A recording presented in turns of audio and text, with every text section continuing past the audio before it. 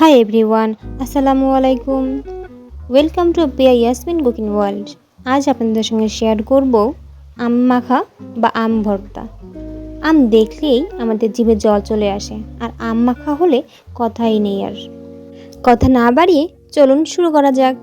প্রথমে আমি 5টা আম নিয়েছি, কাঁচা আম। 5টা আম আমি এখন ভালোভাবে পানি দিয়ে ধুয়ে নেব।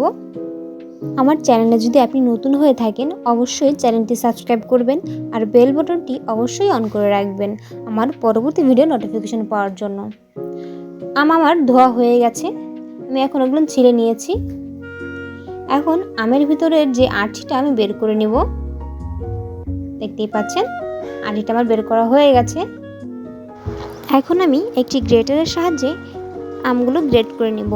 আপনারা চাইলে বড় কোনো কাটার দিয়েও কেটে নিতে পারেন। গ্রেটার দিয়ে কাটলে আমটা অনেক মজা হয় খেতে, আমি তার জন্য গ্রেটার দিয়ে কেটে নিয়েছি। আপনারা চাইলে এর থেকে একটু বড় করেও কাটতে পারেন। দেখতেই পাচ্ছেন আমার কাটাটা অনেক সুন্দর হয়েছে। এভাবে যদি আপনি গ্রেট করে আম মাখা খান, অনেক মজাদার হয়। এখন আমি 2টো শুকনো মরিচ ভেজে নিয়েছি লবণ দিয়ে। শুকনো মরিচটা আমি এখন হাতের সাহায্যে গুঁড়ো করে নেব। ভালো করে এটি গুঁড়ো করতে হবে। দেখতেই পাচ্ছেন আমার গুঁড়ো করা হয়ে গেছে।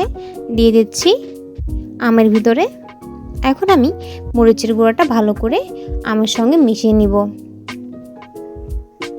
আমি এখানে অল্প কিছু উপকরণে অনেক মজাদার করে আম মাখাটা বানিয়েছি। হাতের কাছে সব অল্প কিছু উপকরণে বানিয়ে ফেলতে পারবেন এই আম মাখাটা বা আমের ভর্তাটা। আমি এটি ভালোভাবে মিশিয়ে নিব।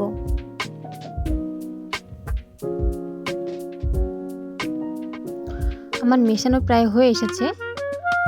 দেখতেই পাচ্ছেন অনেক সুন্দর একটি কালার চলে এসেছে। এখন আমি এই পর্যায়ে দিয়ে দিব চিনি। চিনি আপনারা স্বাদ অনুযায়ী দিবেন।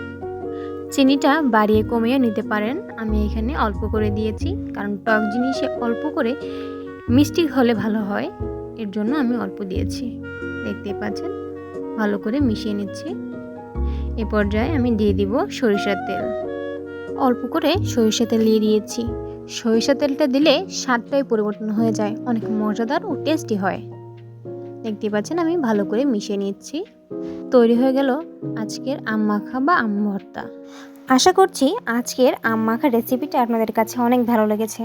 ভালো লাগলে অবশ্যই বাড়িতে ট্রাই করবেন। ভালো লাগলে একটি লাইক দিবেন আর কমেন্ট করে আপনাদের মতামতটি জানিয়ে দিবেন। আজকের মতন এই পর্যন্তই। পরবর্তী ভিডিওতে দেখা হবে। আল্লাহ হাফেজ।